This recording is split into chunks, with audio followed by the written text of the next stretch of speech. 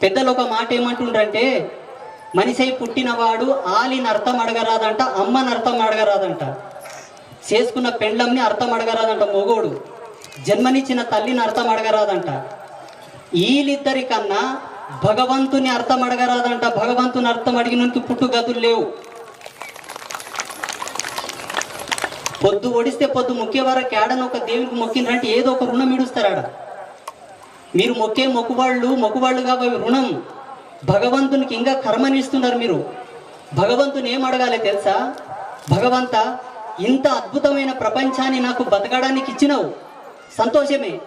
ఏ జన్మలో ఏ పాపం చేసుకున్నానో, కన్నుగానక, వయసుగానక, పెయ్యిగానక ఈ కష్టాలు వచ్చినాయి. నీ అనుగ్రహం ఉంటే ఇది ఎంతసేపు అయ్యా? ఒక్క చూపు నా మీద ప్రసరించి నీ కృపచేత నన్ను పావనం చేయి తండ్రి అని మొక్కాలే గాని డీలింగ్స్ ఏంది?